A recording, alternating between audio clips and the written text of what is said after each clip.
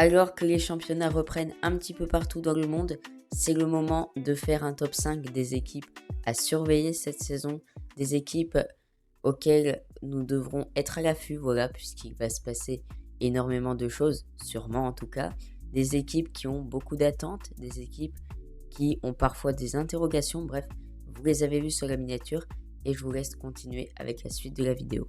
En numéro 5, Manchester United. Et oui, le Manchester de Michael Carrick, voilà, l'entraîneur anglais d'une quarantaine d'années, peut-être cinquantaine si je ne me trompe pas. Michael Carrick, c'est vraiment l'homme qui incarne ce renouveau de Manchester.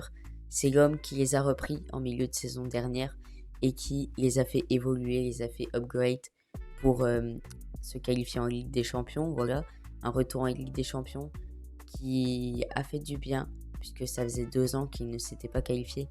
Là, ils vont y revenir. J'ai confiance en cet homme. J'ai hâte de voir ce qu'il va faire avec un effectif qu'il a pu construire, puisque la saison dernière, il a dû faire avec ce qu'il avait. Mais là, il va vraiment pouvoir composer avec. Il va pouvoir continuer ce qu'il avait commencé, poser ses vrais schémas de jeu, avoir les joueurs adaptés à son style de jeu. Et le mercato est très très bon. Et c'est ce qui donne une raison de plus de suivre cette équipe. André Santos, Youri Tillman, c'est les 2 grosses recrues. Voilà, Santos pour plus de 50 millions, il me semble, et Tillman, pareil, peut-être 40. Mais voilà, ce sont de très belles affaires, ce sont des joueurs assez complémentaires. Voilà, Santos qui est jeune, qui connaît la première ligue avec Chelsea, et Tillman qui est un peu plus expérimenté, âgé, mais il connaît tout de même la première ligue. Maintenant, voilà, une question va se poser pour ce Manchester United. C'était bien en première ligue l'année dernière, il y avait des choses sympas, très sympas même, à suivre. Mais là, il y aura la Ligue des Champions cette année. Et je me demande si ça va pas un petit peu bouleverser United, un petit peu les surprendre dans leur façon de garder une gestion. Parce que Michael Carrick n'avait pas l'habitude de jouer la Coupe d'Europe quand il était venu la première fois là-bas. Donc à voir comment cette équipe de Manchester va résister en Ligue des Champions. À voir aussi son tirage puisque ça va être important. Mais ça me hype vraiment de suivre cette équipe. En 4e, le Racing Club de Lens, les amis. Et oui, le club français. Que dire sur ce Racing Club de Lens qui est exceptionnel depuis plusieurs années. Un club qui a réussi à se qualifier en Ligue des Champions, à faire une saison exceptionnelle, à titiller le Paris Saint-Germain double champion d'Europe, à remporter la Coupe de France en plus. Et quelle manière, 3-0 contre Nice. Franchement, c'est magnifique. Ce RC Lens nous procure des émotions. Et déjà, première raison pour les suivre, c'est assez évident, mais c'est une équipe unie. Ouais, le RC Lens, c'est un club familial. C'est un club à qui tu te reconnais avec les joueurs. C'est un club avec une très grande proximité avec les supporters. Et ça, on sait qu'il y en a de moins en moins dans le foot des équipes comme ça. Et ça fait du bien d'en avoir. Ça va être important de les suivre, surtout qu'ils ont fait une pré-saison absolument démentielle. Quelle pré-saison, hein. Tu vas remporter la Como Cup alors que tu es le seul représentant français. Tu tapes quand même d'assez bonnes équipes, surtout Villarreal en finale. Et évidemment, il y a une question que je me pose autour de ce club familial, c'est la Ligue des Champions. Parce que c'est bien la Ligue 1. Tu rivalises avec le PSG, tu fais de bonnes épopées, c'est sympa. Hein. C'est sympa, même la Coupe de France, c'était sympathique, c'était mignon. Mais là, tu arrives quand même en Ligue des Champions. Et contre 35 équipes déterminées à au moins prouver qu'ils méritent d'être là, ça va être compliqué, hein, je vais pas vous mentir, ça va être très compliqué pour Lens, mais on peut peut-être s'attendre à une Brest 2024-2025. Ils ont le profil parfait pour faire une épopée, ils ont la mentalité pour faire une épopée, ils ont les joueurs pour la faire, parce que oui, c'est peut-être pas le meilleur club, c'est peut-être pas le plus grand club. Manchester City, et oui, l'autre ville de Manchester City se trouve en 3e position. Ça va être très intéressant de les suivre tout simplement parce que Pep Guardiola n'est plus là. Bon, voilà, je dis pas ça parce que je ne voulais pas regarder le City de Monsieur Pep. Non, absolument pas.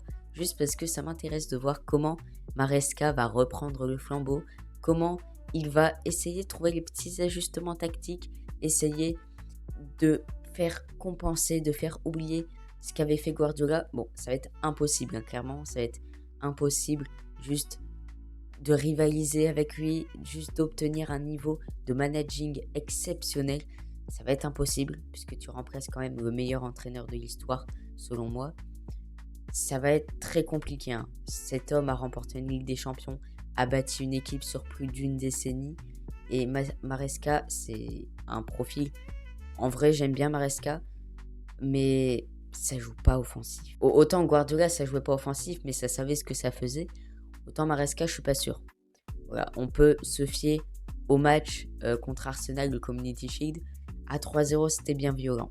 Donc, je sais pas si cette équipe va ressembler à ça. Je sais pas si les joueurs étaient pas en forme, s'ils avaient pas mangé les lions au petit déjeuner. Je sais absolument pas ce qui s'est passé. Mais en tout cas, ça a l'air d'être assez douteux. Moi, je serais pas contre un retour de Guardiola. Peut-être encore quelques années. La Guardiola dépendance, si on peut l'appeler comme ça.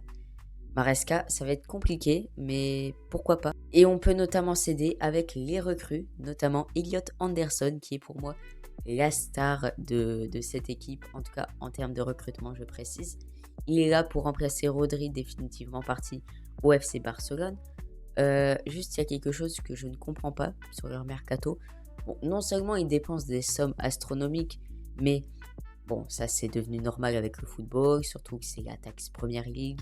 On sait, les clubs aiment bien se faire grossir les transferts, ils aiment bien gonfler le budget, gonfler la valeur marchande des joueurs. Mais tu recrutes des joueurs qui ne correspondent pas à ton profil de jeu.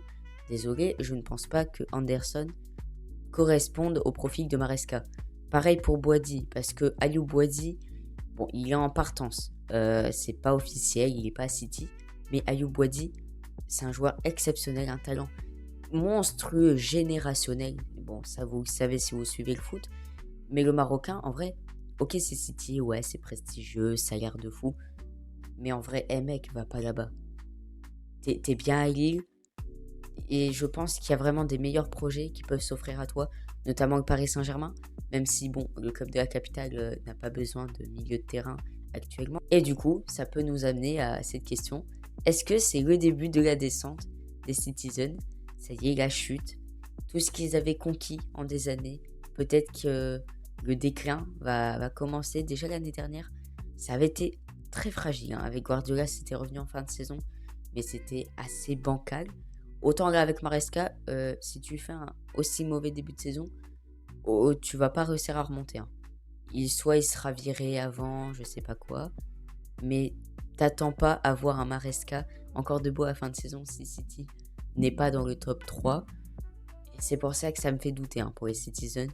Je pense que les Blues vont finir entre la 7 et 8e place, comme on l'avait vu avec Liverpool l'année dernière. On voit en 2025 finissent champion d'Angleterre. Ils chamboulent presque tout dans leur effectif. Le plus gros mercato de leur histoire, 500 millions dépensés et plus sur le mercato pour en soi. Recruter des joueurs, certes, ils sont très beaux, c'est clinquant sur le papier. Mais en vrai, t'en avais pas forcément besoin. Ton équipe, elle remporte la Première Ligue. En vrai, 1 ou 2 ajustements, ça vaut mieux qu'un recrue à plus de 500 millions. Et voilà, Liverpool, après, ils ont merdé. Je crois qu'ils sont pas qualifiés pour l'Europe, ou alors ils sont en Conference League, un truc du genre. Mais Liverpool, vraiment, a complètement raté sa saison dernière. Donc, je pense que City, ça peut faire pareil. En deuxième, le Paris Saint-Germain. Bon, je pense que vous êtes habitués à voir le Paris Saint-Germain, puisque depuis plusieurs années, ils sont partout. Mais grâce à qui? Grâce à Luis Enrique. Quel homme, quel monsieur Luis Enrique. C'est quelqu'un de fantastique, d'exceptionnel. On n'aura jamais terminé de lui faire des louanges, tellement il en mérite. Et c'est totalement normal pour Luis Enrique. Voilà. Quelle personnalité, il le fallait au Paris Saint-Germain. Dites-vous, s'il n'aurait pas signé, Paris ne serait pas ce qu'il est aujourd'hui, ne serait pas la meilleure équipe de l'histoire selon beaucoup, ne serait pas énormément de choses. Et c'est grâce à lui. Franchement, moi, je kiffe le mercato. Tu prends du Mika Götze, Ferran Torres, Lucas Digne et Akliouche. Alors, il y avait aussi un gardien, Langoni, si je ne me trompe pas. Mais bon, il va être normalement prêté dans une autre équipe. Donc, je ne vais pas trop le compter comme une vraie recrue. Mais mercato très intéressant, assez peu d'argent dépensé en vrai. On peut se dire, ouais, Mika Götze, c'est cher. Mais vous ne le connaissez pas. Et moi non plus. Donc, je fais confiance. Le Paris Saint-Germain est double champion d'Europe.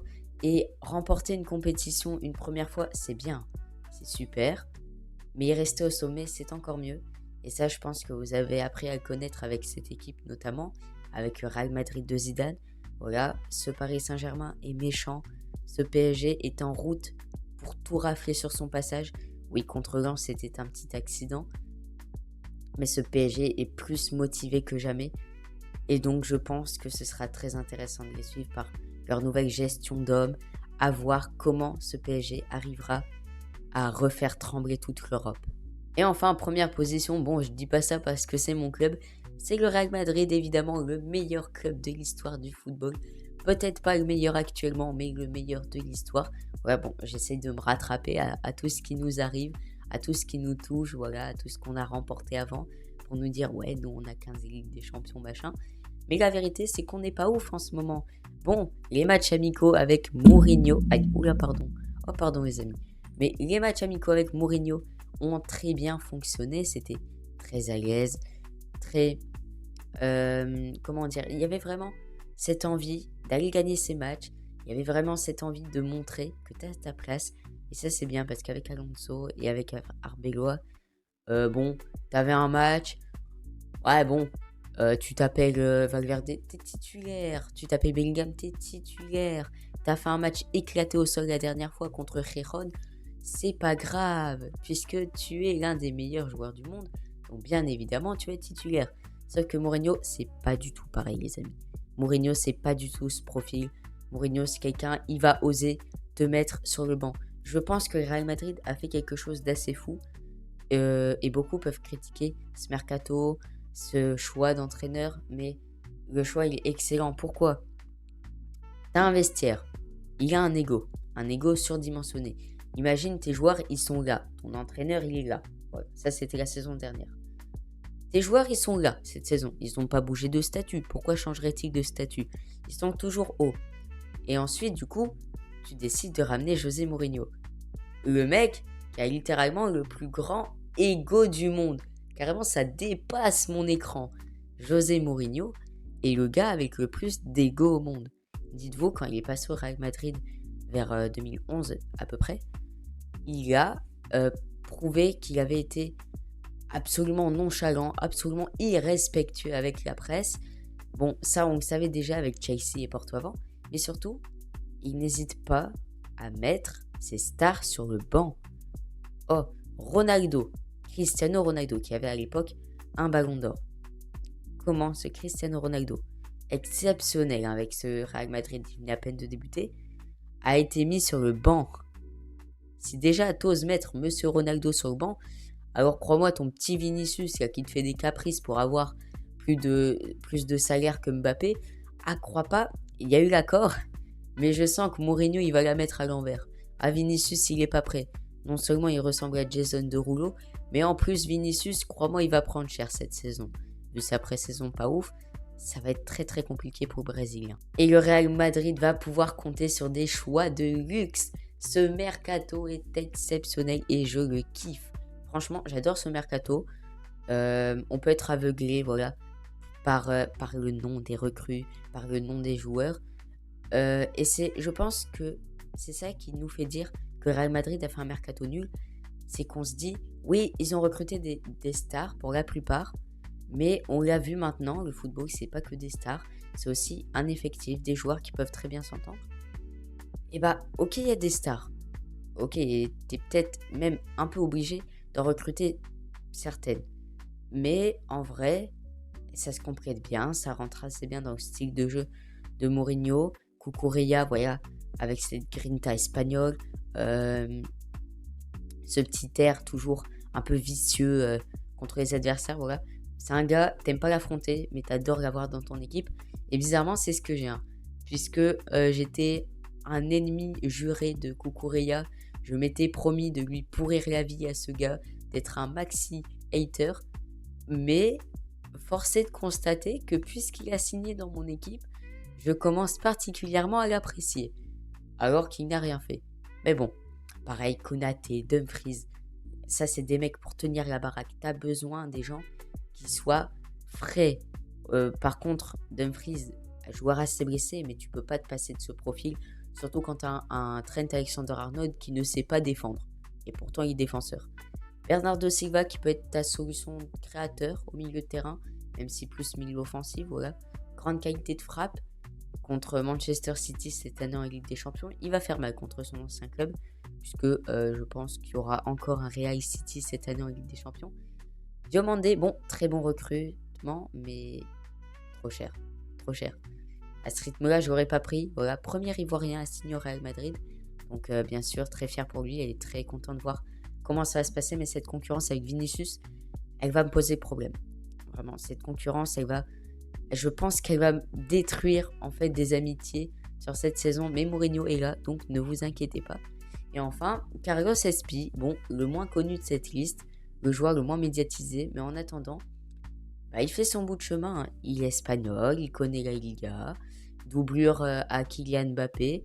Voilà, quand Kix devra se reposer pour les plus gros matchs, ou alors qu'il est tout simplement blessé ou indisponible, et Carlos Espi peut être une très très belle option. C'est un joueur que j'ai légèrement suivi, voilà. J'ai très peu regardé avec Levante la saison dernière, mais c'est un joueur très prometteur, voilà, il est jeune, et mine de rien, c'est un vrai finisseur, peut-être même plus vrai numéro 9 que Kylian Mbappé, sans doute. Voilà, il t'a marqué 2 buts en pré-saison, un contre Schalke et un contre le Panathinaikos. Donc Carlos Espi a tout à prouver pour être un peu ce super sub comme il était contre Alo Ramos au Paris Saint-Germain. Mais la question qui demeure, c'est est-ce que le Real Madrid est une vraie équipe de football ? Bah oui, pour gagner des titres, pour gagner des compétitions, comme l'a dit Kylian Mbappé, il faut avoir une équipe soudée, il faut avoir confiance en son entraîneur et des joueurs qui se battent comme des chiens pour toi, un petit peu comme l'Argentine de Messi. Il va y avoir tout le temps des rebondissements, j'ai hâte de voir ça. Franchement, ça me hype trop, je suis trop content les amis, vous ne pouvez pas savoir.